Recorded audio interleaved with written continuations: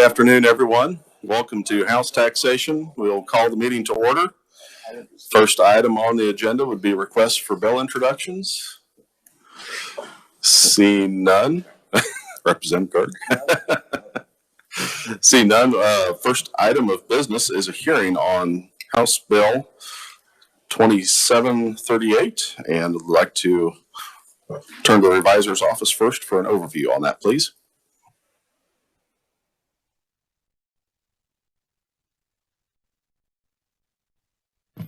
Thank you, Mr. Chairman. House Bill 2738 essentially has two components to it. The first component would discontinue a sales tax for the county of Atchison.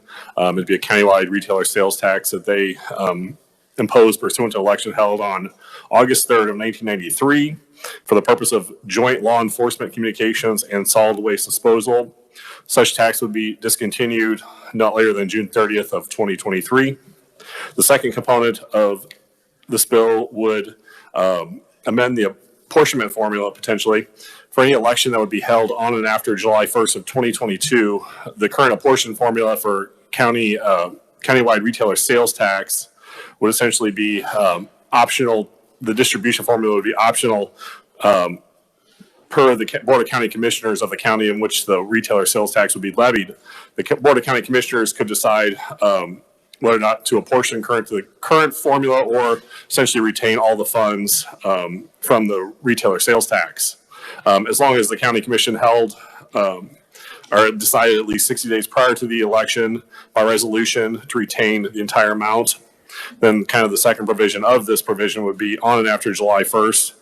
All ballot propositions must include a statement explaining whether the apportionment formula would apply to the proposed countywide retailer sales tax that would be sought to be enacted. And with that, I'd be happy to stand for any questions. Thank you, Mr. Sievers. I have a couple of questions. First of all, in section 1, down at the end, subsection 8, which is on the bottom of page 11 is where that starts, where it basically sunsets the current authority. Does it just terminate that the election, the results of that election, or do they have to, because they have current statutory authority to ask for that? Is this repealing that, or are they going to have to come back? This just allows the county to do another election if they so choose, or are they going to have to come back to the legislature, ask for a countywide sales tax for the same purpose? And if I speak out of turn, and one of the proponents would know better than I would, but my understanding is this election was held under their general authority, so they would not need to come back. I could be wrong, but my understanding is while they stated it in their ballot for a particular purpose, this was not special authority, so they would not necessarily need to come back for an additional authority because this was imposed under their general authority, at least as I understand it. Okay. And we do have an expert from Department of Revenue that might clarify a few things. I'd be happy to. If I'm incorrect, I'd be happy to be told so. And the second part of my question is on section 2. And I know I called you and asked you about this the other day. Help me understand. Let's hypothetically think about an election. They have an election. They pass a resolution to place the question on the ballot, whether it's a special mail ballot election or if it's on the primary general election.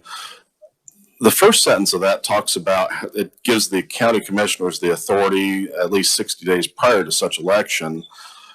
But if it's spelled out on the ballot, whether they're using the apportionment formula or not, does this allow a county to say that they're going to use the apportionment formula and then go in and change their minds? I just want to make sure that what's on the ballot is actually what is going to be in place. I know we've kind of discussed this before, and I'm just trying to wrap my head around how this works and kind of the need for that first sentence. Thank you, Mr. Chairman. Procedurally, how I would understand it to work is if the county essentially seeks to retain all of the funds and not go through the normal distribution, the apportionment formula, they would have to 60 days prior pass an ordinance, and then obviously also include on the ballot which apportion formula they would, if they're going to use the normal apportion formula. However, if they're going to retain all the funds, I can see there might be a discrepancy where whether or not they include that on the ballot really legally probably doesn't have much significance, because by default it would go to the normal apportionment formula. So I don't know if I answered your question, but Yeah, and we might need to just dive into that a little further if we move forward on this to clarify that, because I just had some questions. The other question I had is, does anything in this bill change the existing apportionment formulas for any counties and cities? the answer is no for any existing ones that currently exist that aren't subject to another election. So any ones that exist and just kind of indefinitely go on, no. It would only be for any new elections that would come up on and after July 1st of 2022 would potentially be impacted. Okay, thank you. Representative Sanders? Thank you, Mr. Chairman. Does this apply to anything other than the city of Atchison and the county of Atchison? This second provision would apply for all counties. Okay, thank you. Thank you, Mr. Chairman. Yeah, you. Representative Mason? Thank you, Mr. Chairman. I'm trying to wrap my head around too. So it's only prospective. So any county that has a sales tax issue right now and is collecting, they would be, I guess they would be held to that, whatever the election had been. This is simply going forward with any new issues, right? Potentially, the issue would be is under, if, counties have their general 1% sales tax authority, it can be broken up into kind of segments. Certain segments pursuant to their ballot on the ballot may have expired or, need to be have a new election essentially to retain it or continue that on. So in that circumstance, there's the potential that those ones could be impacted. Committee, any further questions? Yeah, Representative Kessler. Thank you, Mr. Chair. Actually, I had a kind of a question about that last segment of the bill as well. If I read that correctly, is it actually telling me that if a city wants to enact a tax and specifies what it's for and all of this and sets up the election and the election is set, and the county has like within 60 days, as long as it's within 60 days, they can actually change that and go to a different apportionment? Is that what that's saying? Are you asking if the city is holding the election for that tax? It sounded like if the city went through the process, the county could actually come back in the rear and basically say no, and actually change that proportionate back to that quarter and a half. I don't think that would defer to the revisor, but I think this just pertains to the countywide, not specific city. Well, yes, I meant the countywide tax. If a city has initiated that for a specific purpose, does that make sense? I just want to clarify, counties and cities both have sales tax authority. Counties have 1%, cities have up to 2%. Generally, cities retain their entire amount, whether or not it's for a specific purpose or not. Cities don't generally have an additional specific purpose authority. When we've seen through the legislature come up, those are generally county-specific authorities.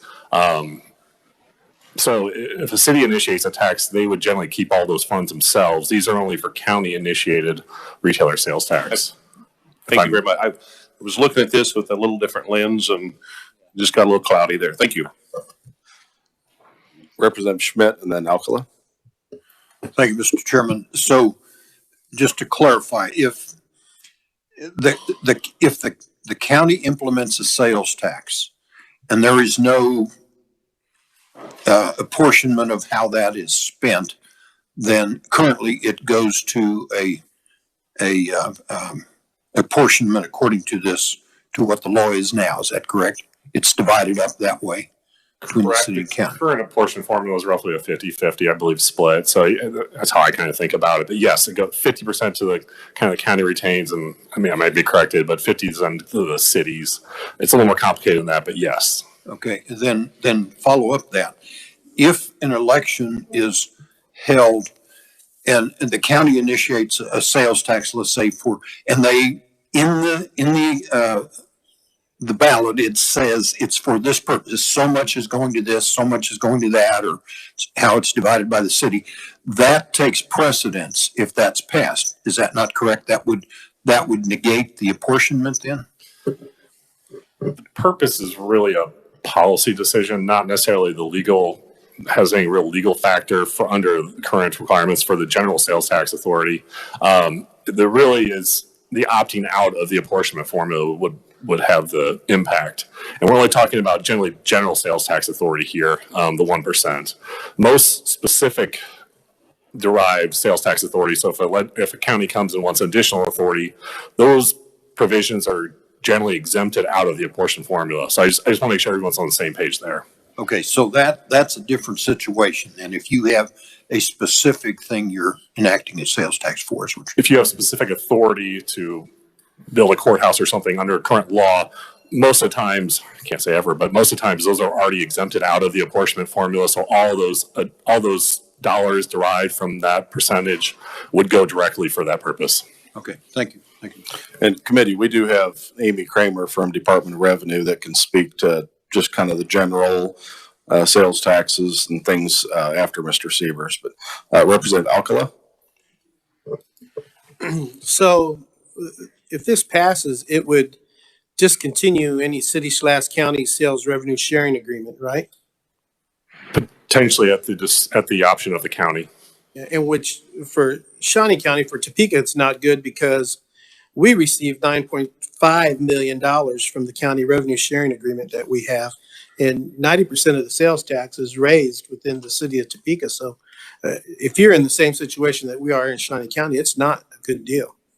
Thank you. Well, I don't think this impacts any of the current existing. It would in the future if Would in the future. could potentially, yes. Yeah, and our agreement has been in existence since we implemented the sales tax. And so without getting into discussion, it's created, it's brought Target, Mars, it's brought all these big companies here. So it's. Representative Wassinger? Thank you, Mr. Chair. I think, having been a city and county commissioner, I understand the battleground that this is on. Right now, a city can post a tax and keep all of it and not share with the county. But the county, right now, the default is that you have to share with the cities.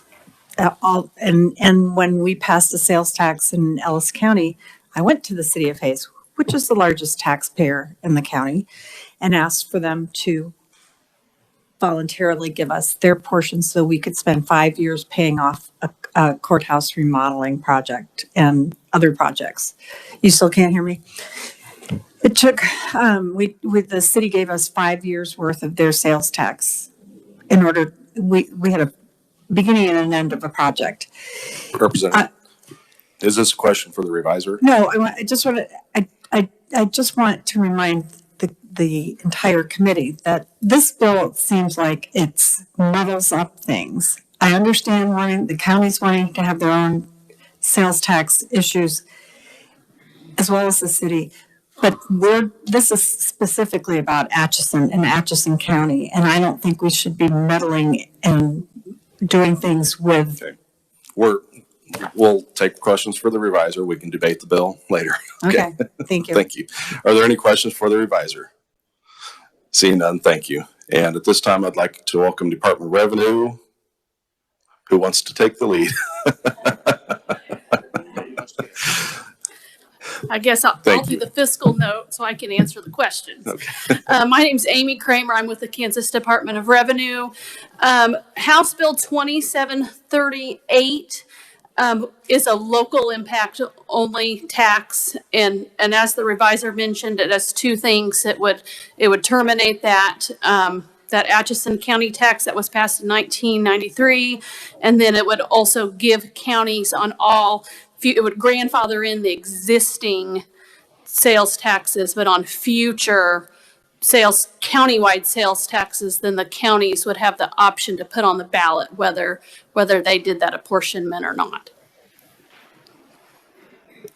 Thank you for that explanation. Do you know how many, and if you don't, I think some of the conferees might, do you know how many counties do not share that apportionment or have agreements with their cities? Well, it's a little more Because the state just sends the money back to the county, correct? And then we send the money back to the cities and the counties how it is on what the county passed. And if they have MOUs or interlocal agreements with their cities or with some other entity in the county, we don't get involved with that. So does this actually change the way you would have to send that money back? Would you have to send it all to the county and then they would? So we can back up a little bit. There are all of those counties that have that special authority are dedicated sales taxes, and we send that straight to the county anyway. So we have some counties where we're sending a portion of it where it's apportioned, where we send that county sales tax to the cities and then the county as a whole, and then they get a second distribution that's their dedicated sales tax. Okay. Committee, do we have any questions for revenue? Everything clear as mud? All right, Amy, thank you for that. Appreciate that. Committee, at this time, we will open up our proponent section of the testimony and welcome first to committee, Mr. Jay Armstrong.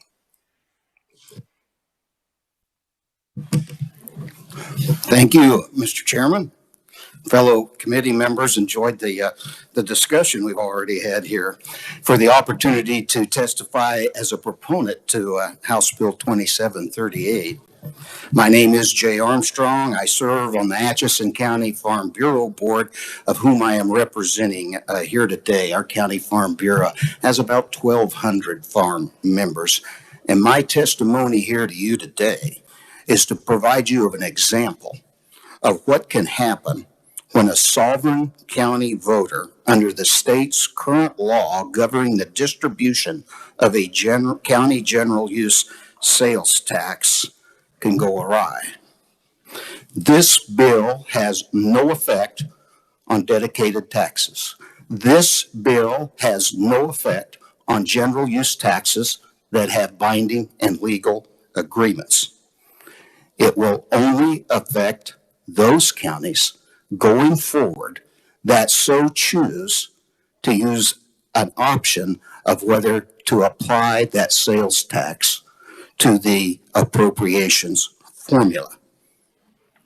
What it is about, most of all, is to re-enfranchise the sovereign county voter. In 1993, the voters of Atchison County passed a ballot initiative to enact a general use sales tax to support a couple of new services, solid waste and joint communications. The choice was put to the voters as to whether they wanted higher property taxes or to pay with those for a sales tax.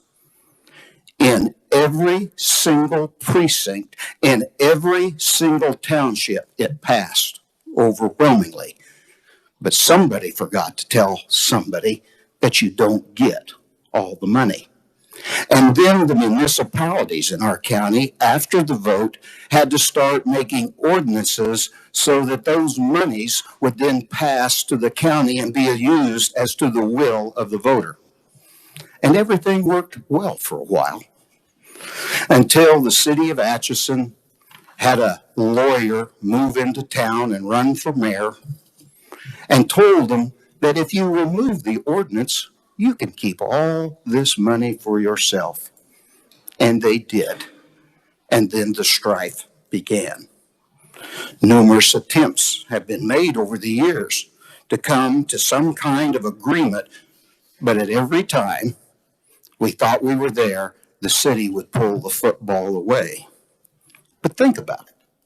How hard is it to negotiate when state law gives one party at the negotiating table a position that says, I have everything to lose and nothing to gain? This has created two classes of sales tax voters in our county. Those from the municipalities that are getting to keep their apportioned sales tax for themselves, and those that live outside that pay 100%. There's nothing given back to townships who also have businesses. And this has put the sales tax payers that live outside of a municipality in a position of taxation without representation. Seems like some tea went into the Boston Harbor over that one time. But the straw that really broke the camel's back was and by the way, I forgot to mention, in your electronic folder, exhibits 1 and 2 are the resolutions of the county commissioners showing their intent at that time, as well as the ballot. Exhibit 3 is what I'd like to talk to you next about. This was a resolution by the city that once they found this newfound power, they unilaterally told the county that if you want any money at all, you will put a tipping fee on those solid waste fees. Now, those who are outside the county, they get to pay the sales tax and they get to pay the increased tipping fee, while the monies available for them to keep are even more. And thus what you have is a smaller unit of government extorting a larger unit of government on how they manage their services. I've heard the arguments in the last couple of 3 years as I've worked this bill. And the first argument from the opponent is, well, it's just a local issue. Really?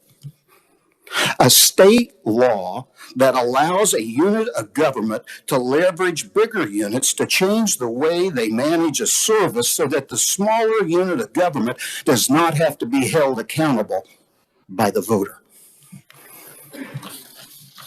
The other one is they should have made an agreement on this ballot beforehand, and they wouldn't have had this problem.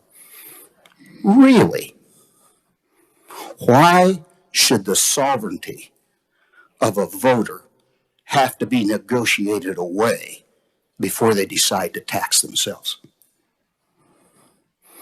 Do cities have to negotiate before they decide to enact city tax and share it? That's a rhetorical no. The one I really like, and I don't hear it so much down here as I do back home, is that money really isn't the county's, because the point of sale is in the cities, in their geopolitically boundary. Really? The campaign season's ahead of you. I'll challenge you. Go back to your voters. Look them in the eye, and you tell them this. That money you send to Topeka, that's not your money. That's our money. It's what we let you keep. That's your money, and see how well that's accepted. Because today, a lot of us as voters feel Washington, D.C. thinks what we send them is their money. I thought Civics 101 says that I, as a taxpayer, and the ability to vote for people like you, to be able to give them the right to tax and to spend and then to be held accountable is what counted. Last one, some say, oh, the little small communities won't get any money at all if it wasn't for this. For the record, in our county, we have 3 small third-class cities, probably average around 200 each. Out of those 3, one for the last 30 years has always returned 100% of the county's money, and the other 3, upon learning what the city of Atchison did, said we will only take the same percentage as Atchison, because we don't like the fact that they're taking what the rest of us honored. And at the end of the day, the operative question for all of us, I think, of this opposition that needs to be asked. Just what is it that the opponents of this bill have against that time-honored phrase, the people have spoken? In closing, as I've worked to change this law, I've listened to your committees, and two words keep continually coming up: optional and transparency. Today, the general use tax is not optional, but this bill will solve that. I also would say in the 3 years I have been to county commissions and talked to many legislatures, and they didn't even realize that county taxes were distributed this way until it became an issue. This bill provides the option. And when the voter goes in to vote on that ballot and it says whether it will or how it will be distributed one way or the other, that is transparency. This bill passes the test. I, like all of you, take pride in my state where I live, because I think we get it wrong more than we get it right. But when we get it wrong, we can demonstrate the courage to rectify it. And it is my prayer that you'll feel the same way. Thank you for your testimony. Committee, are there any questions? Representative Alcala. Thank you for your testimony, sir. Certainly. And I'm not agreeing or disagreeing, but what is the percentage breakdown from the amount of sales tax that comes in from the city versus the county in Atchison? 1 cent sales tax generates about 2.2 million. The city of Atchison will pull about 1.1 million of it. The other three small third-class cities will get like, 10, 20,000 each, something like that. Not very much. So it sounds like there's a pretty good fist fight going on with brothers up there in Atchison. Is between the city and the rest of the county. And believe it or not, those third-class cities that will lose are on the side of the sovereign county voter. So I probably should ask this question earlier, but maybe you know the answer to it. Could the bill be amended just to affect Atchison County? Well, you all know how to amend better than I do. But, I'm not going to, because of the situation, I'm not going to look a gift horse in the mouth I'm not going to be against that. It's just that, I farm in Atchison County, and I've seen how this has worked, and I fought for this in my county for 12 years. I just don't think it's right. No other class of voter in this state can vote themselves a tax and have it removed and placed where they have no accountability to those that can spend it. Thank you. Any further questions, committee? I guess I just have one, Mr. Armstrong. The original ballot, and I did pull up your testimony here with the actual copy of the ballot on here. That specifically said it's for joint law enforcement communications and solid waste disposal. I assume that the cities with their proportion are also held to those parameters for spending that money? There was in fact, it was in Shawnee County, Attorney General's opinion. I think it was in 2017 or 2018. They had a dedicated tax, which I think was supposed to go for economic development and maybe a bridge or something. It's been a couple of years since I've read it. And then there was excess. Now, this is a dedicated tax. But in that case, the Attorney General's opinion was any excess could be spent at the discretion of those townships, counties, and cities within Shawnee County. So I am assuming this is a general use tax. They can do anything with it. What they did is they provide free trash pickup for the people in the city. They raised the tipping fee, so thus those of us that use waste management services out in the rural area, we now pay up on tipping fees, and plus that's the power they have. And that kind of brings up my consternation with the way that we do things now. It seems like we can propose a tax and the voters vote on it, but then it can also be spent. It sounds like there's an attorney general's opinion out there, but it bothers me when something can be spent for a project or whatever the expenses are that were not designated in what the voters voted on. So, yeah, what you get into, and I think because of this law, instead of coming here and fighting for the rights of the voter, and I don't know this, you may know, but I looked and talked to a whole lot of counties. They go the dedicated route, even for services. It appears to me that a dedicated tax was for an infrastructure project, for something that had to be sunsetted, that when it was paid off, that it wouldn't continue. A general use tax is basically allows a county to change its tax mix from property to sales if they so choose.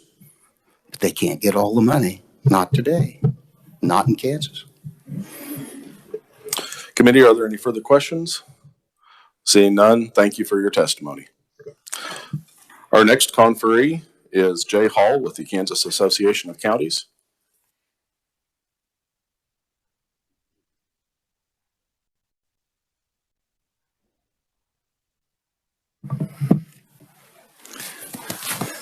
Thank you, Mr. Chair, members of the committee. My name is Jay Hall. I am the Deputy Director and General Counsel for the Kansas Association of Counties. I was just quickly looking up that Attorney General's opinion for you. It is opinion 2017-15. So if you want to look at that opinion later on, that may be of help to you. My testimony, I will try to be as brief as possible. This obviously comes out of Atchison County and the dispute between the city and the county on how those sales tax dollars are spent. Obviously, none of us were there in 1993 to help sort this out, but I do think that this bill does help us get towards a solution to that by getting rid of the current sales tax and allowing the voters of Atchison County to either go in and vote on a dedicated sales tax or vote on a general sales tax that would be distributed, or just eliminate the sales tax altogether there in Atchison County. So I think that is a good step. Obviously, I think there is some concern with applying that statewide, and so the KAC would not object to having that second portion that we've talked about, the change in how that sales tax is distributed statewide. We would not oppose that part being removed from this bill if that would help eliminate some of the concern for some of the committee members. So with those two thoughts, I think I will stand for questions. Thank you, Mr. Hall. Committee, are there any questions? Seeing none, thank you for your testimony. Thank you. That does conclude the in-person proponent testimony. Is there anyone else wishing to appear as a proponent on House Bill 2738? Seeing none, we will open up our opponent testimony section. We did have one committee, Sarah Kaler. She will not be able to join us via WebEx. So our first conferee providing an opponent testimony would be Eric Sartorius with the League of Kansas Municipalities. I heard that woo. At least my red jacket I can wear Christmas and St. Patrick's Day. This one, or Valentine's Day. This one is a one-trick pony. And so I'm going to use it. So, Mr. Chair, members of the committee, thank you for having us today. Eric Sartorius, League of Kansas Municipalities. We do stand in opposition to House Bill 2738. I think you see this a lot, and I think you all follow this frequently.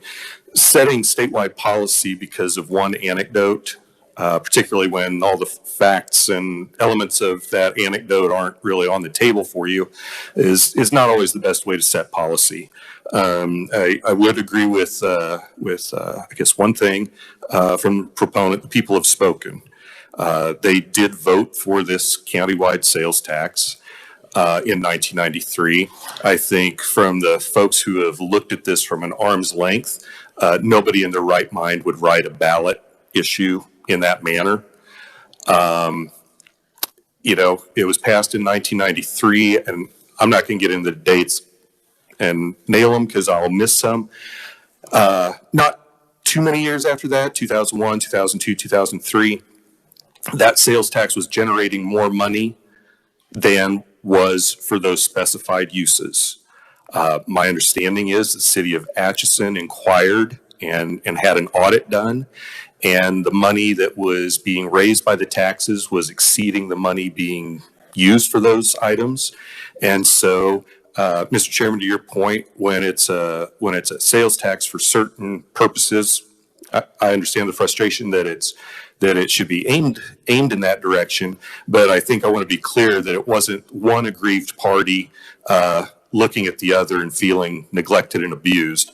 I was up there last November to watch the city and county discuss, I guess I'll generously use that phrase, discuss this issue. And it looked like an episode of Divorce Court. Most time was spent on that one time where the county had to pull the porta potties on the 4th of July and they had to pay the overtime. Well, that one time we had to do this on the city because the county forgot. There's nothing productive occurring there. I've honestly spent time this session looking for a mediator for them. They need to not be in the same room. They both have some valid concerns. But now, setting all that aside, that's not a reason to bring 104 other counties into this party. It does not make sense. The countywide sales tax distribution formula is imperative to cities in Kansas. This has been on the books since 1978. It was done via negotiations, and it was done with the recognition that retail activity occurs primarily in cities.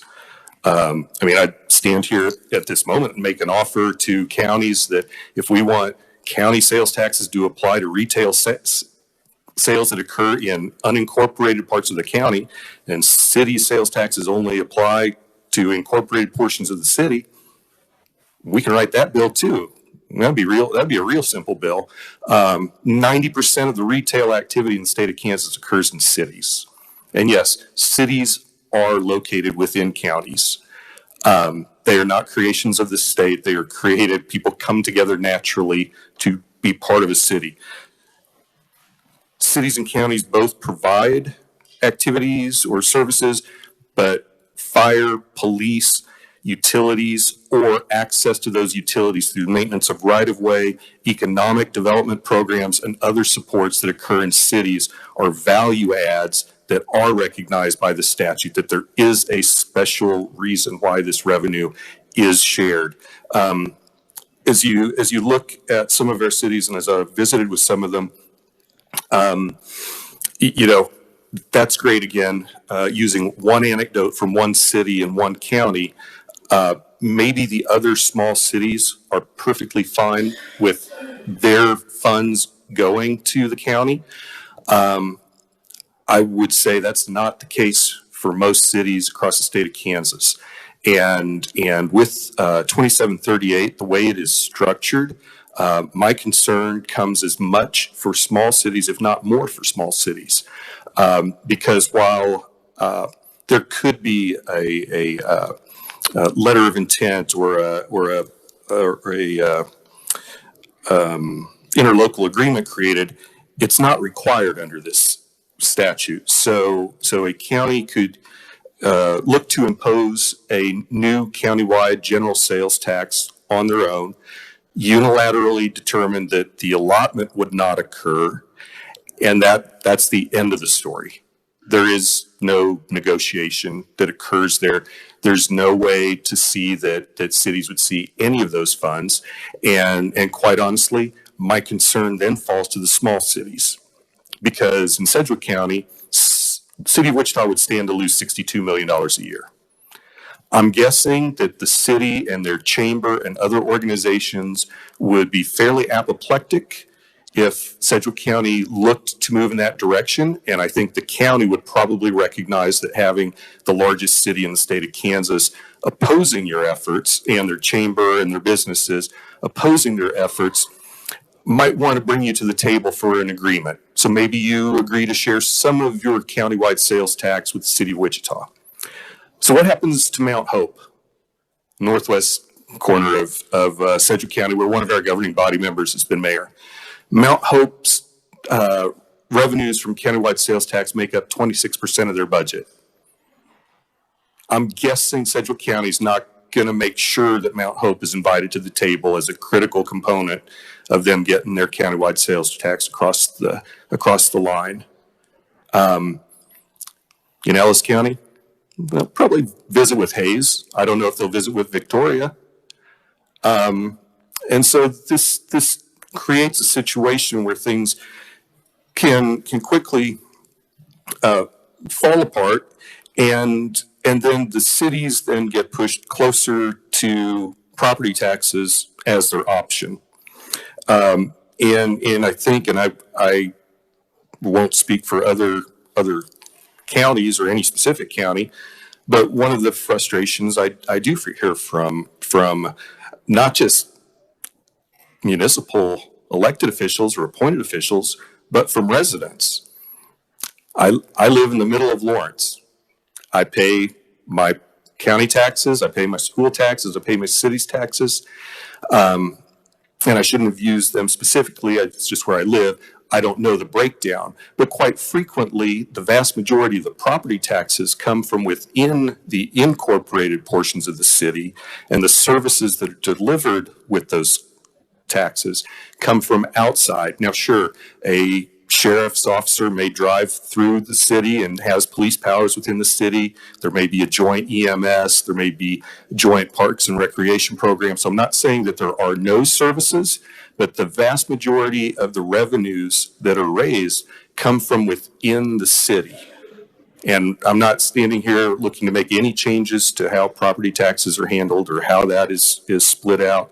And I guess I would get closer to wrapping up by saying we do have concerns about the unilateral action allowed within this bill.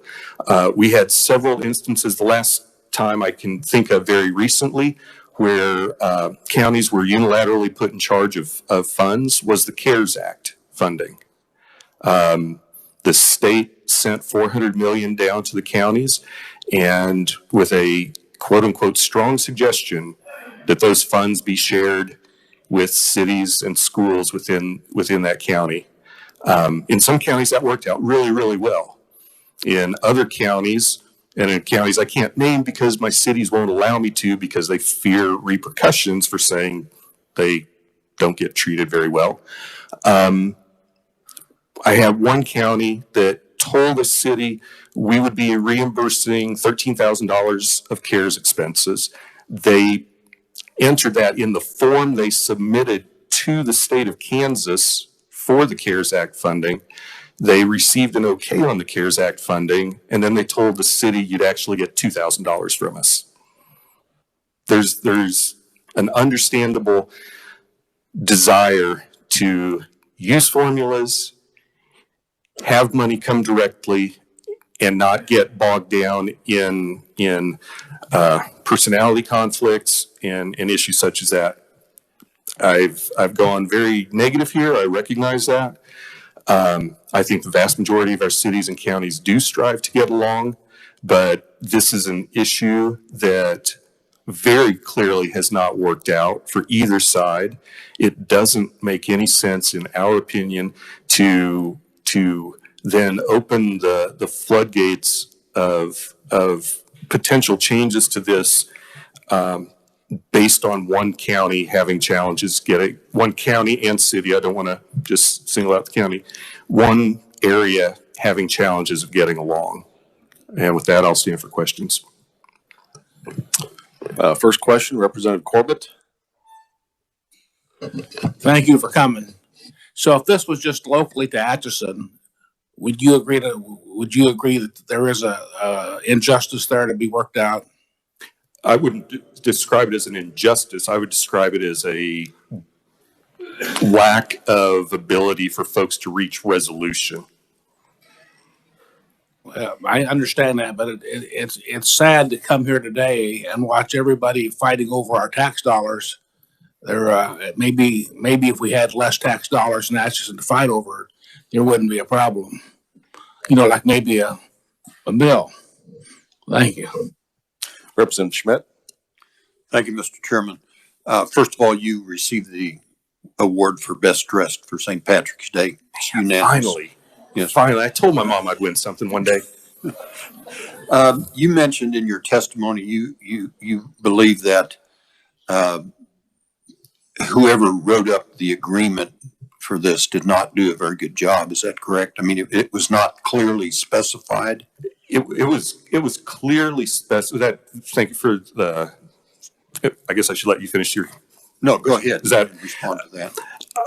I think it was clearly specified. It did not contemplate very many what ifs. It was like written for something that worked really well for 1993 and nobody thought much past 1996. Like, what happens when this sales tax draws in more funds than we need for these two specified purposes? So I would assume that at that time, both parties must have had legal counsel that advised them, and apparently somebody didn't look forward ahead far enough then to anticipate the possibilities that could happen. I would get the sense that nobody involved in this looked more than 3 or 4 years down the road. Okay. Thank you, sir. Representative Epley. Thank you, Mr. Chairman. I've been conspicuously quiet through this, just listening, and I want to give a little context to this, if I may. May I do that?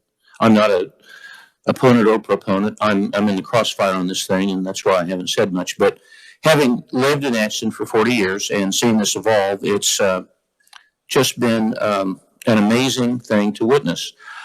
This was a very poorly written ballot question when it was written, and I would agree with our opponent confrere on that. You've got it before you if you want to look at it. I've tried to do some research, and I think this was written by the then county attorney, and I'm not going to say who that was. I've tried to look and see if the poor revisers drafted it. Don't think they did. They certainly didn't lay claim to it. I've already investigated that.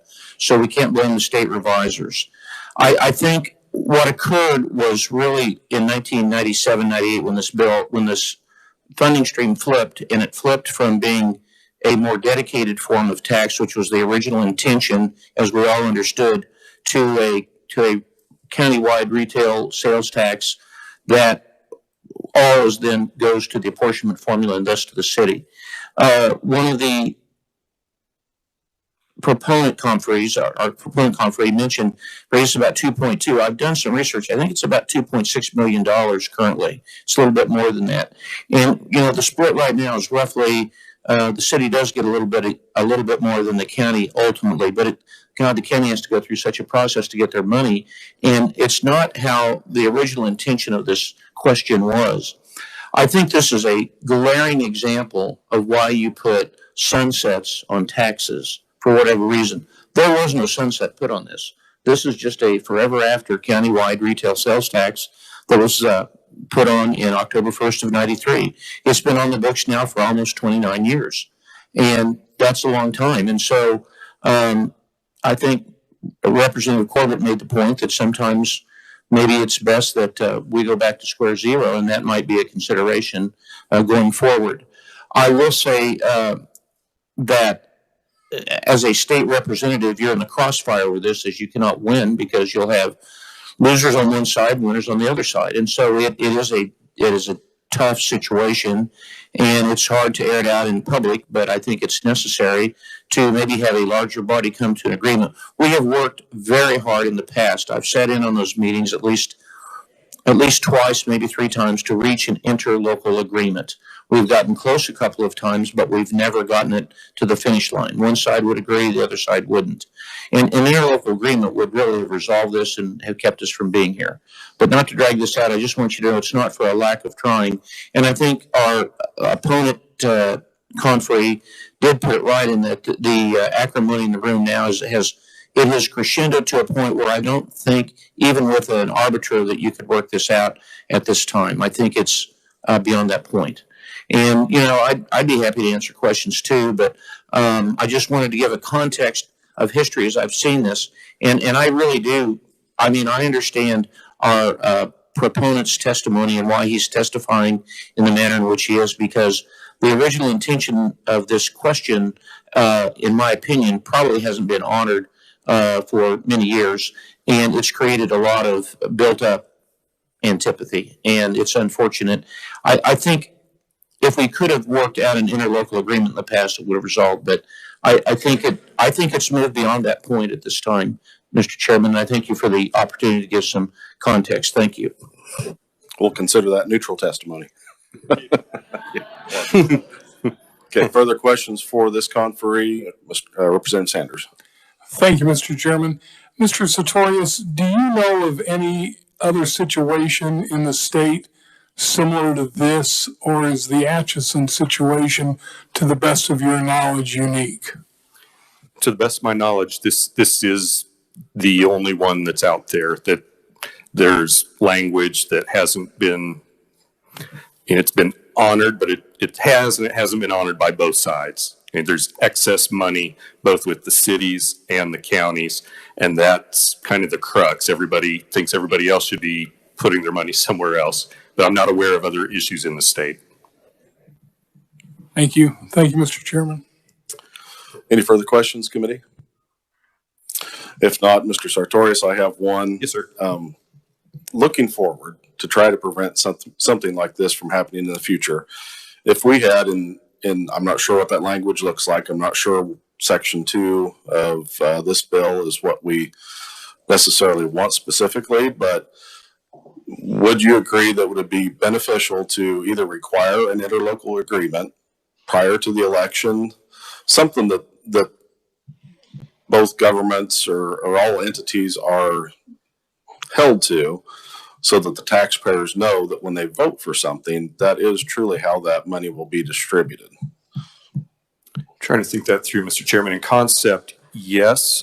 In the instance of general countywide retail sales taxes, the statute is the interlocal agreement. The statute tells you where the money's going. So that's where, in this instance, interlocal agreements before this was put on the ballot would have been the way to go. I don't know why it wasn't done as a special tax. And honestly, I can't remember, because I wasn't around here in 1993, what the requirements might have been.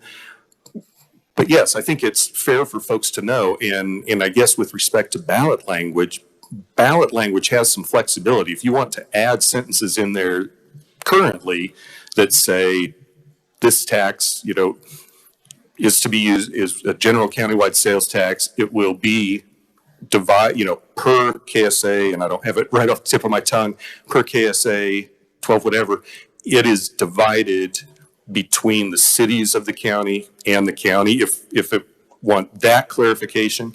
But I know the situation you, I think, are getting at are those ones kind of like Atchison, where we said it was going for this, we raised more than it was, or we stopped adhering to our, what the ballot language was. And in those instances, I don't know how you handle it. On the countywide sales taxes, the current statute is essentially the interlocal agreement. Right. And I would agree under current law right now. Yep. Seeing no further questions. Oh, Representative Baker. Thank you, Mr. Chairman. Just one quick question. So in listening to the representative who's been really, really close to this situation and he can't figure it out either, is part of the answer to require a sunset on all sales tax ballots? Well, my short answer is no. Well, sometime think and come and give us a long answer. And that's why maybe that's something we could reach an agreement on.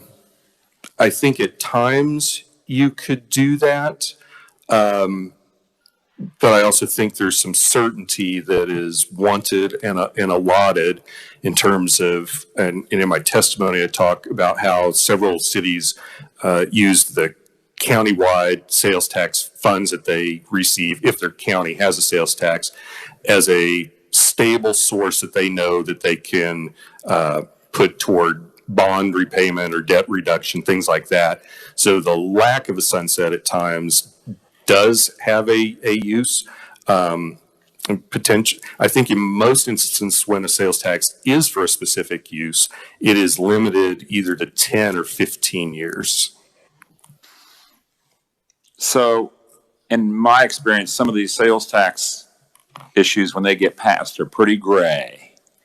Marketing, sales tax used for marketing, that's kind of or for recreation development or things like that, economic development, that's pretty ambiguous.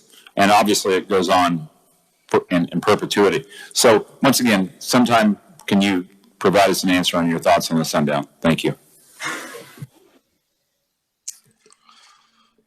Now, seeing no further questions, thank you for your testimony. All right, thanks, sir. Our last opponent conferee is Stuart Little. Written only. Thank you, sir. Is there anyone else wishing to appear as an opponent on this bill? Seeing none, is there anyone wishing to appear neutral? Other than Dr. Epley.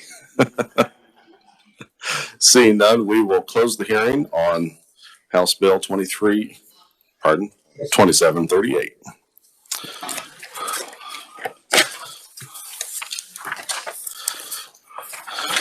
Okay, committee, we have a few bills. If you were observing Senate tax today, we will just do a light load, not nearly as much as our Senate counterparts handle today. But first bill I would like to address is House Bill 2727. This is a bill that we heard on, I believe it was Monday. And I would first turn to the revisor's office for an overview, please. Thank you, Mr. Chairman. House Bill 2727 would essentially increase the current $75,000 limit, federal adjusted gross income limit for the Social Security modification. Pursuant to the bill, it would be kind of a step down by the eligibility for the modification to the extent the Social Security benefits would be reduced by 10% for each $1,000 of federal adjusted gross income that would exceed $75,000. With that, I'd be happy to stand for any questions. Thank you. Committee, any questions for the revisor? Seeing none, what are your wishes on House Bill 2727? Representative Gardner. Thank you, Mr. Chairman. I move that we move out favorably House Bill 2727. Thank you. Do we have a second? Representative Helgerson. And discussion on the bill. Committee, if you will remember when we heard testimony, we talked about how this. Oh, okay. I'll go ahead. I'll recognize Representative Corbett. You, Chairman, I have an amendment.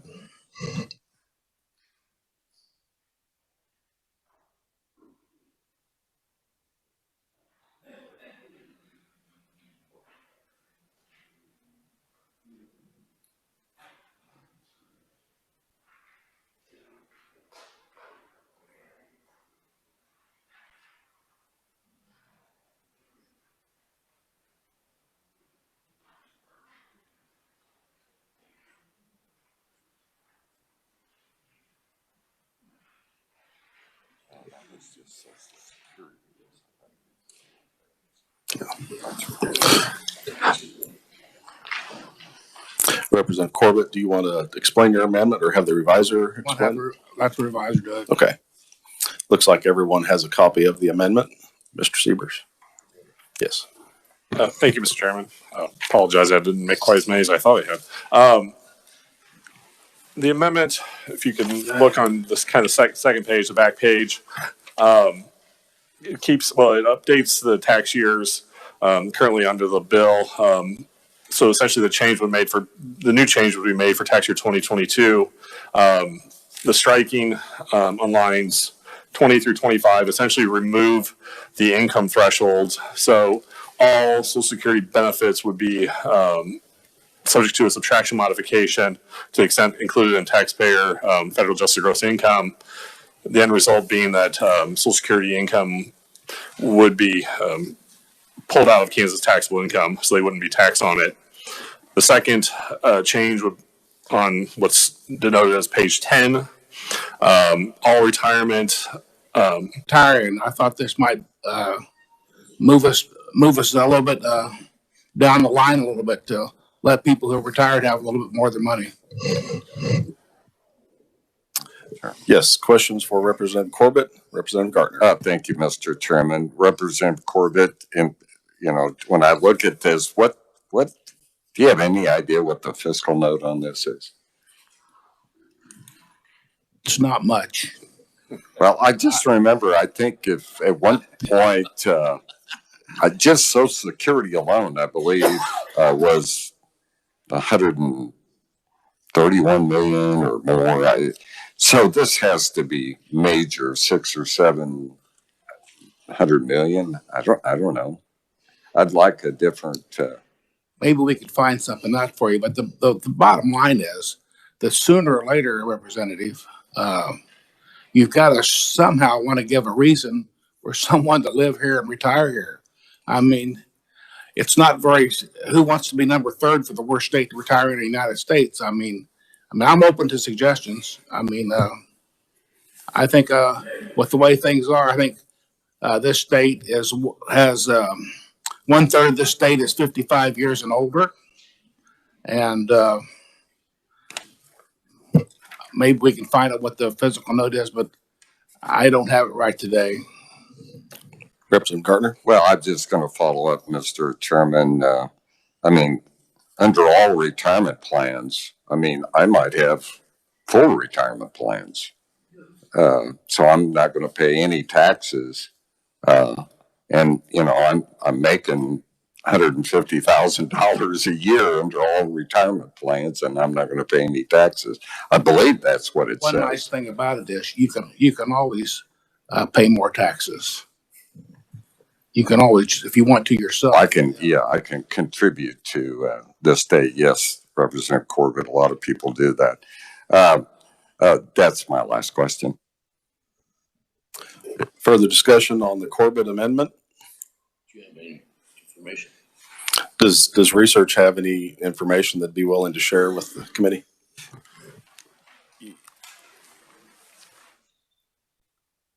Yes, Mr. Chair, the once fully implemented, the combined fiscal notes for exempting all Social Security benefits and all retirement plan income, which is what I believe this does, is between $340 and $350 million a year.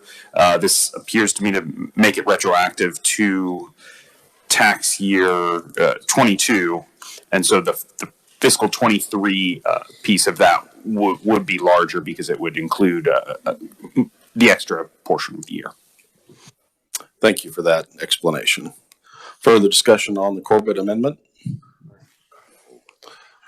Seeing none, Representative Corbett, you may close. Pardon me. Did we have a second on the Corbett Amendment? Representative Helgerson. Sorry. Thank you for that. Thank you, Chairman. As we've tried this week to try to reduce sales tax on food, trying to reduce taxes on retirees, I urge you to think about this because with all the money that's going through this building and then in the next 30 days, as we've seen just in approach today, I think it's time to give the retirees a break and show them that we would like to keep them here. So I close on my amendment. Committee, you've heard the motion by Representative Corbett. Those in favor, please say aye. Aye. Those opposed, no. No. The noes appear to have it. Division. Division's been called. Those in favor, please raise your hand.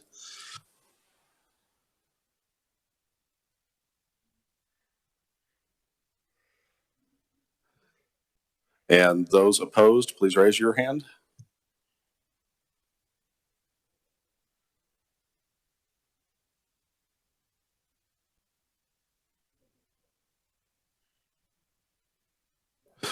On the count of 9 in favor to 11 opposed, the motion fails. We are back on the bill. Representative Mason. Oh, yes. Does anyone want their vote recorded? Representative Mason. Baker. Sanders. Wassinger. Recorded. Corbett. Epley. I'm trying to go slow. I'm not missing people. Helgerson. Any that I've missed? Okay.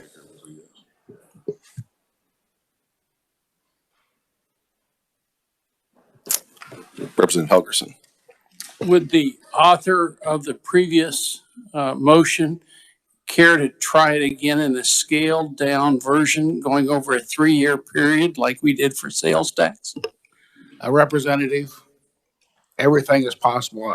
Anything we can do to help Kansans.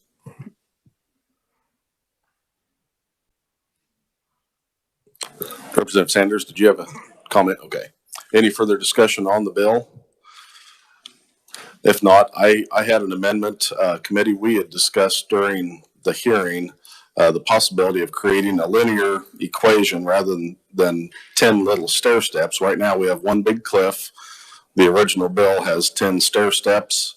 I did visit with CPA associations trying to understand whether or not a formulaic approach would create more of a problem or not. They told me that everything's computerized, everything's built into a computer program. It's just a matter of punching the number in and getting the result. So all I have done here, actually, I'll let the revisers pass that out. Okay.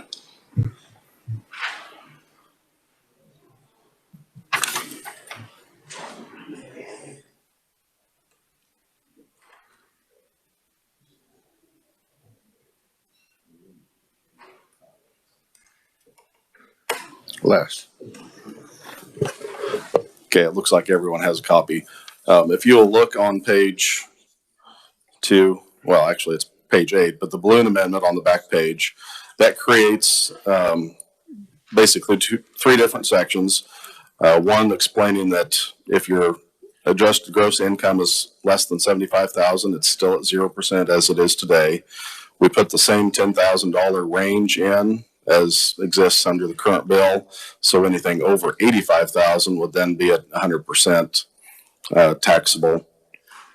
And then within the range from 75 to 80, it creates a simple proportion there to define the subtraction modification.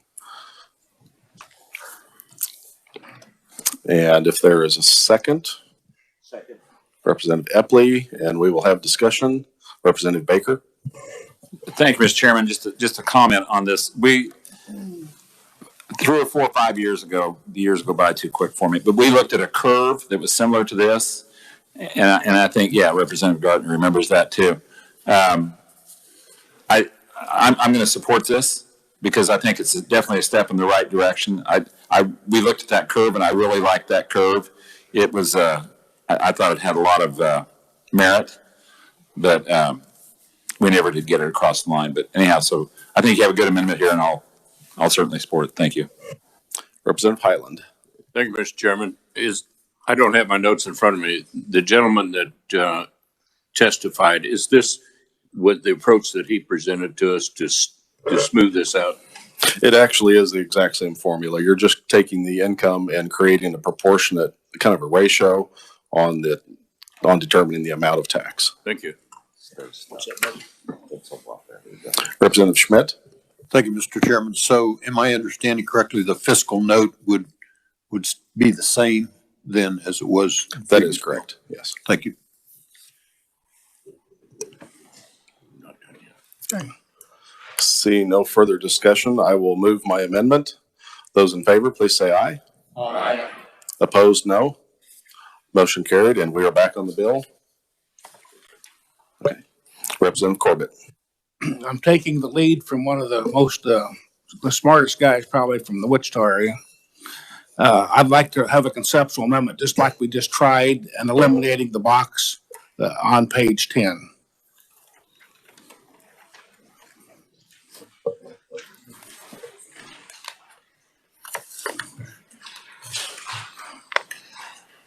You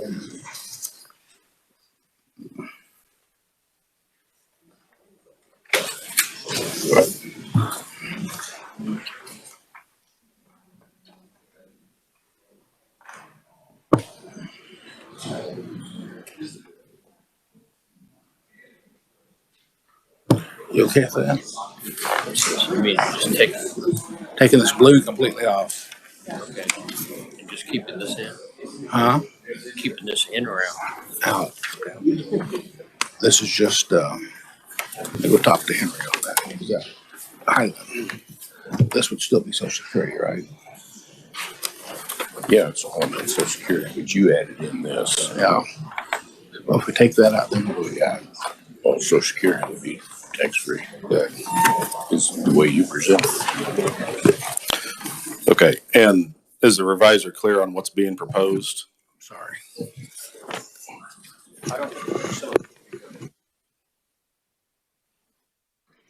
So my understanding is, and please correct me if I'm incorrect here, the change, I'll say this verbally, the change would be only the Social Security income and Social Security income, the subtraction modification would go into effect for tax year 2022, and essentially all Social Security income would be exempt from Kansas taxable income. So regardless of any sort of income threshold starting in the current tax year. Is that correct? Okay. The retirement provision has been discarded.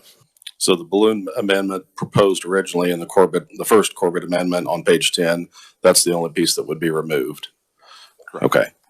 Is there any other questions for the revisor? Just for clarification, we have a second from Representative Helgerson. And now discussion on the Corbett motion.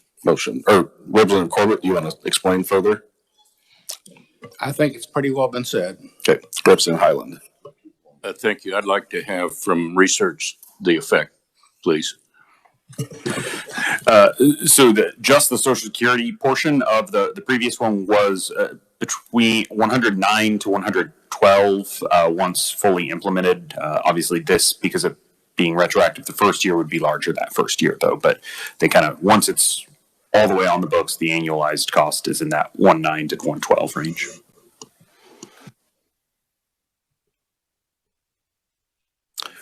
Representative Highland, does that answer your question adequately? Okay.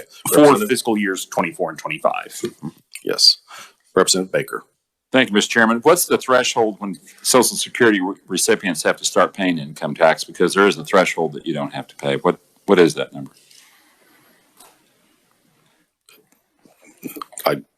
Yes.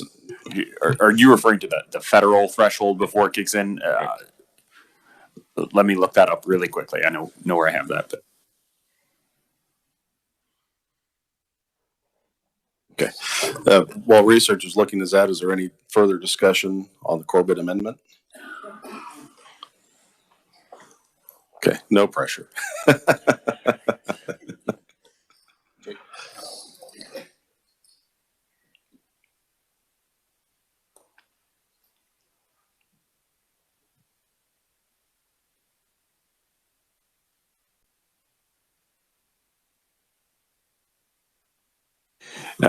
For married filing jointly filers, it is if the income is under $32,000 combined income, there's no tax on Social Security. So at the federal level, it doesn't kick in until that point, and then it phases up to $44,000, and Kansas just piggybacks off of that federal. Representative Baker. Thank you, Mr. Chairman. So I guess I selfishly, this is a great idea. I just, once again, I think back to my former representative friend Heineman. We sat there one week and we voted down 5 bills that benefited us personally. And he looked at us and he went home after that. He couldn't take it anymore. So my thought is, I think this is a really great idea to help me out. I don't know if my daughter would forgive me. I know I have another representative down the way here that's been shooting daggers at me. I think we might want to give this a little more thought on who we're trying to help. And I certainly agree with the retirees. I think there's probably some things we could do that might have a better impact than this bill right here, right now with this amendment. So just my thought, but thank you. Representative Epley. Thank you, Mr. Chairman. Again, kind of segue off that, Mr. Chairman, I do think it, you know I look so young, but it would be a little self-serving if I voted for this. And without a fiscal note or knowing more information, I just think it's, maybe we're going to find that out, but I think it's a little hard to really get on this tonight at this hour. Thank you. Well, research provided us kind of an estimate of about 110 million on fiscal note. So Representative Schmidt. Thank you, Mr. Chairman. I kind of echo the last two representatives' comments. This would be helpful to me too, but there are a lot of people that don't need this, that would be benefited by this. I just think if we want to help people that really need it, sales tax. Thank you. Representative Gardner. Thank you, Mr. Chairman. I agree with the other representatives that have spoken. What I don't want to do, and this would benefit me, of course, and a number of us, and my whole intention, I don't want to lose the base bill. I want to remove the cliff, and I think that's my concern. That's a good first step. Most Social Security people on Social Security have contacted me and said, if you can't get rid of all income tax, at least remove the cliff. So that's where I'm coming from. Representative Awerkamp and then Corbett. Hey, Mr. Chairman, quick question for revisers. Capers income, is that taxable? And I have one more follow-up comment. Generally, no. For normal Capers employees, Capers you pay on your contribution, so you pay income going in, but then you receive the benefits coming out at the state level. However, that does not apply to Capers professors of universities. They have their own provisions.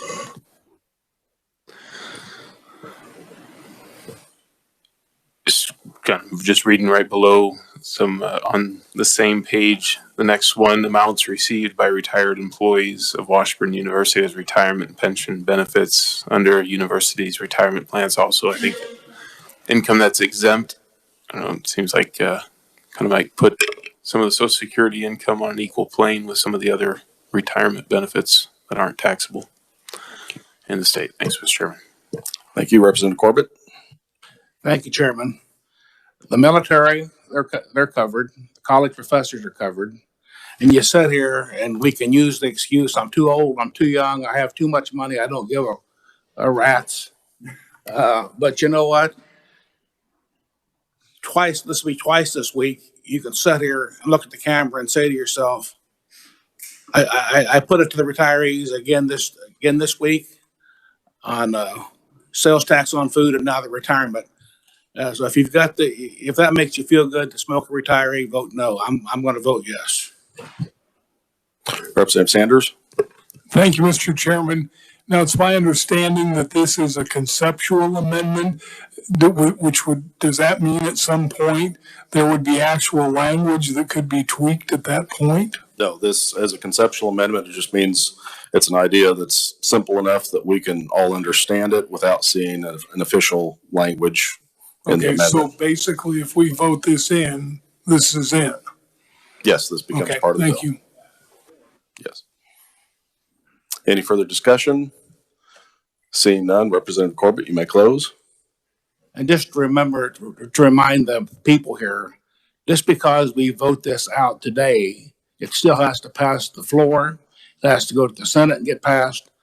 And this isn't the final shoot or drop, but it opens the door for people to at least have a chance.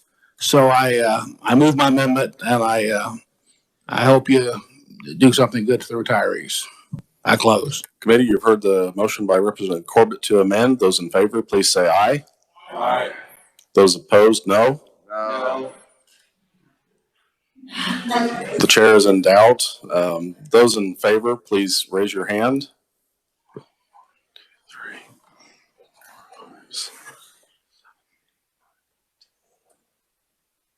And those opposed, please raise your hand.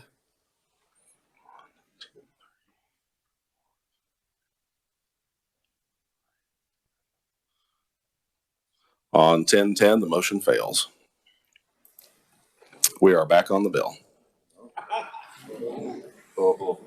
May I have an affirmative vote recorded? Oh, yes. Representative Mason on an affirmative vote. Is there anyone else wishing their vote recorded? Representative Corbett, Representative Sanders, Representative Highland, Representative Helgerson. Okay. And we are back on the bill. Any further discussion on House Bill 2727?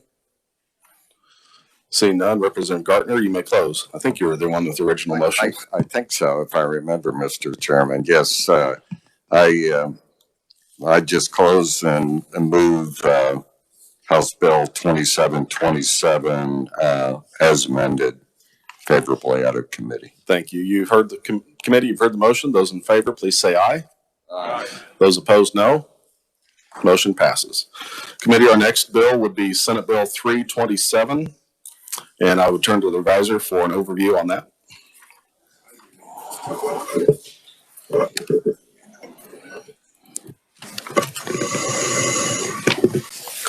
Thank you, Mr. Chairman. Senate Bill 327 would exclude from the definition of sales or selling price in determining the sales tax those delivery charges that are separately stated on an invoice, bill of sale, or similar document given to the purchaser.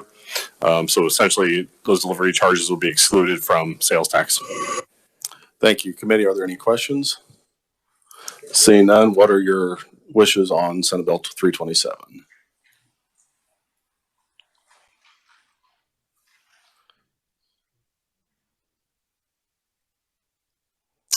See no motion, we will not take action on Senate Bill 327.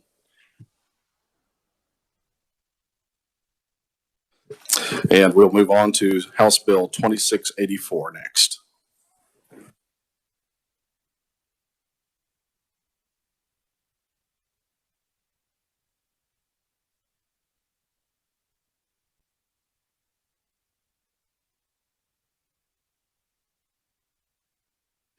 I would turn to the revisor for a brief overview, please.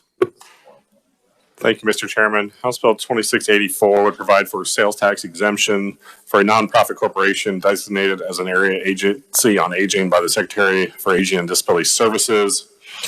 Sales tax exemptions would apply for the purchases by the organization, sales made by the organization, and then also any sales of tangible personal property or services purchased by a contractor for the purchase of either rehabilitating, constructing facilities of an area agency on aging. Committee, are there any questions? Representative Helgerson? Do they know the fiscal note? Do we have that handy? Oh, thank you. Yeah, the sheet that we had prepared, that the revisor had prepared, said it was 130,000 roughly. Yes, Eddie. And that $130,000 is the all funds number. Of that amount, 109,000 is the state general fund number. Yes, Representative Helgerson. Yes. Okay. And a second by Representative Epley. Any discussion? Seeing none, you may close. Okay. Committee, you've heard the motion by Representative Helgerson. Pardon. Oh, excuse me, Representative Turner for a question. Thank you, Mr. Chair. No, I just was going to mention, this reminded me in testimony of the health clubs versus the city provided service. So we have a city providing a service that's getting a tax-free treatment to provide those services, whereas the folks that aren't operating on that plane claim it's not fair. Put us on the same level playing field. Just saying. We've dealt with this issue, or we haven't dealt with this issue. This issue is out there, and this is just another flavor of that same issue, just for an observation. Thank you. Thank you for those comments. Representative Helgerson had already closed, so we will vote on the Helgerson motion. All those in favor, please say aye. Aye. Any opposed? The motion carries. Our next bill that we'll take a look at is House Bill 2721. This is the over-the-counter drugs exemption. and look for the reviser's explanation. Thank you, Mr. Chairman. House Bill 2721 would provide a sales tax exemption for sales of over-the-counter drugs. And with that, I'd be happy to stand for any questions. Yes. And our all funds fiscal note on this was just a little over $20 million. Do we have any questions for the reviser? Seeing none, what are your wishes on House Bill 2721? Representative Stogsdill. Thank you, Mr. Chair. I move that the committee pass out favorably House Bill 2721. Thank you. Do we have a second? Representative Baker, and discussion. Seeing no discussion, Representative, you may close. Thank you, Mr. Chair. I just wanted to quickly remind people, this bill helps every Kansan save money, no matter whether you live in the middle of the state or anywhere around the state, actually. It also helps Kansans that live on the borders of our state stay in our state to buy their over-the-counter medications. And also on border states, especially in the Kansas City metro. It's a great opportunity, and it's actually really the only place that we have an opportunity to bring in hundreds of thousands of people into Kansas to help to buy medications and so on, and also to buy other products while they're there. And so I think that is a real plus, a real benefit for Kansas financially. And just for an example, on the humanitarian side, very fortuitously, I got a call last night from a constituent, and she was very upset. She was 72 years old. She has chronic migraine headaches, and she went to her doctor, and her doctor said, we've got this new drug. He said it's been effective with 90% of our patients that use that drug. He gave her a prescription for it. She went to a pharmacist. It's $600 a month for that prescription. We don't charge sales tax on that drug. But she said, now I'm going to have to rely continually on naproxen and Tylenol and that sort of thing on over-the-counter drugs. And we will charge her sales tax on that. That's just not fair. So I urge that you pass this bill for both economic reasons and for humanitarian reasons. Thank you. Committee, you've heard the motion by Representative Stogsdill to pass House Bill 2721 favorably. Those in favor, please say aye. Aye. Those opposed, no. Ayes appear to have it. The ayes do have it. The motion carries. Next item is House Bill 2709, and I would turn to the reviser for a brief overview.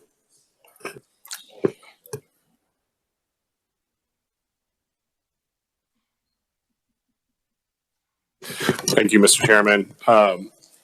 House Bill 2709 would provide a sales tax exemption for purchases made by not-for-profit corporation exempt from federal income taxation that operates a theater in the state of Kansas that also fulfills certain requirements set forth in the bill.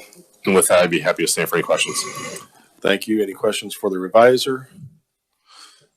Seeing none, Chair would recognize Representative Sanders for a motion. Thank you, Mr. Chairman. I move that when the committee vote on House Bill 2709, we recommend it favorably for passage. And a second by Representative Baker. Any discussion? Seeing none, Representative, you may close. I'd just like to remind the committee that this bill applies to community theaters that create local works of art. It's generally not people coming to town from out of town to perform. It's created locally. These theaters have professional full-time staff. They have board of directors that govern their organizations, and they have strong educational elements that certainly helps with at-risk kids. And I would also remind the committee that this exemption does not apply to the tickets that they vend, only to materials used to create their art.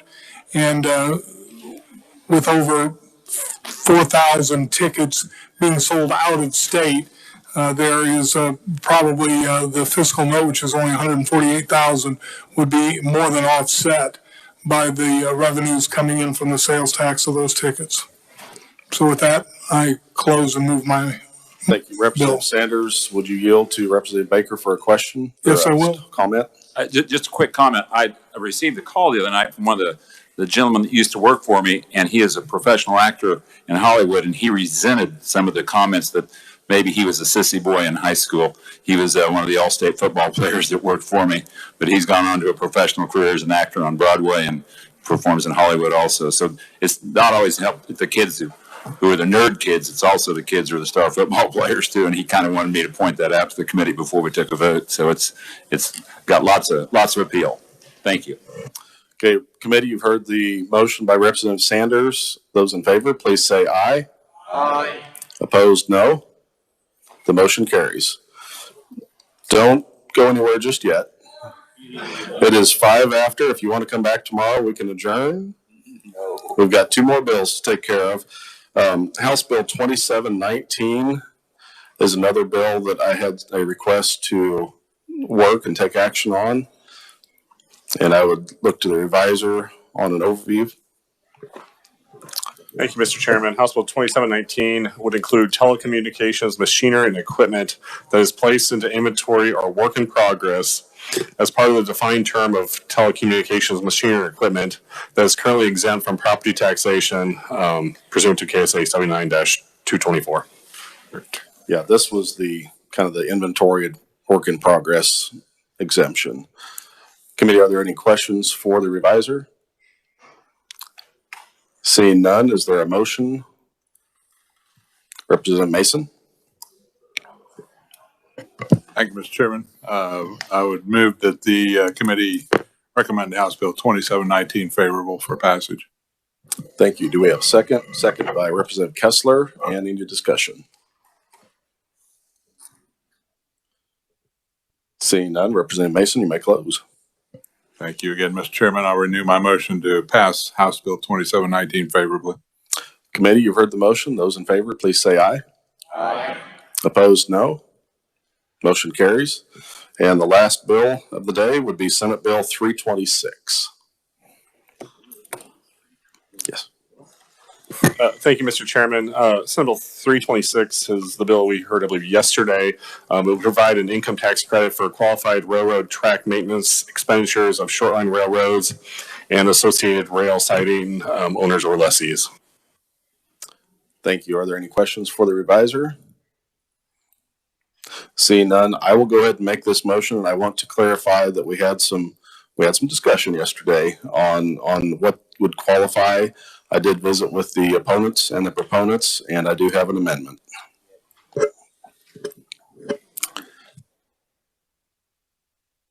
Yes, I should look for a second. Thank you, Dr. Epley, or Representative Epley.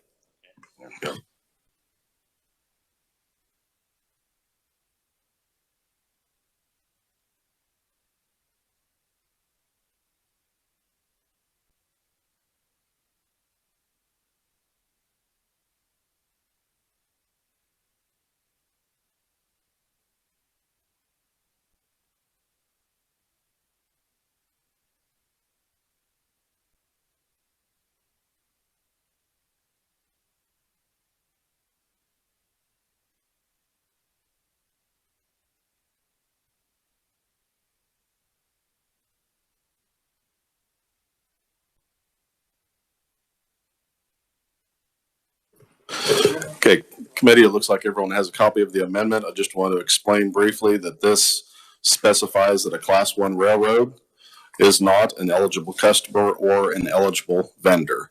I think in full disclosure, I want to say that this does not change the opponent to a proponent, but they were okay with this amendment, and the proponents were also okay with adding this amendment.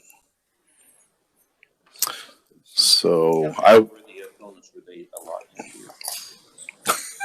I can't answer that. So do we have a second on the amendment? Second.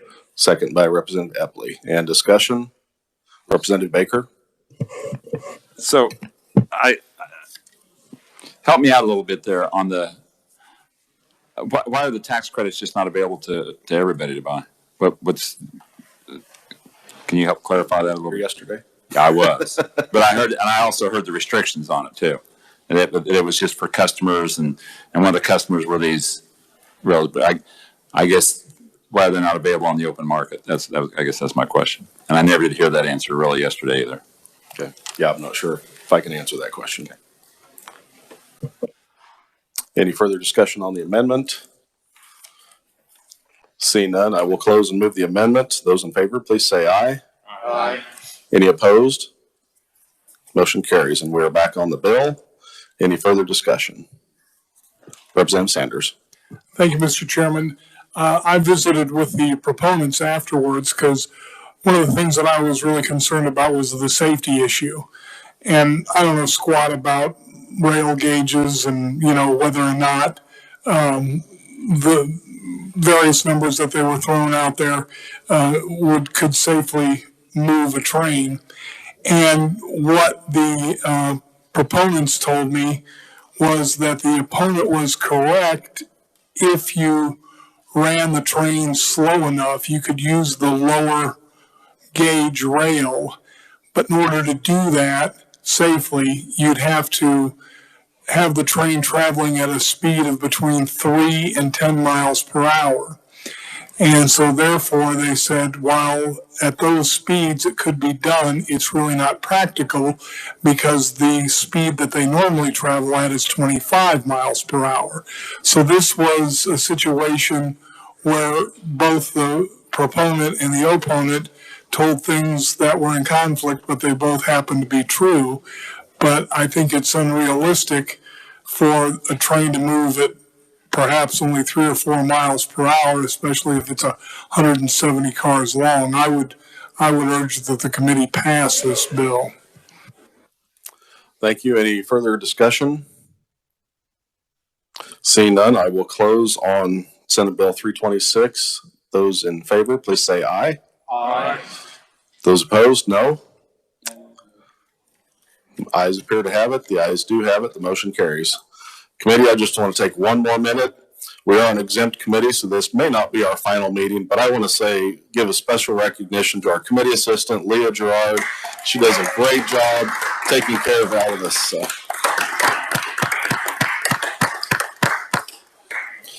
I would be remiss if I didn't also thank our staff, Adam Siebers, Edward Penner.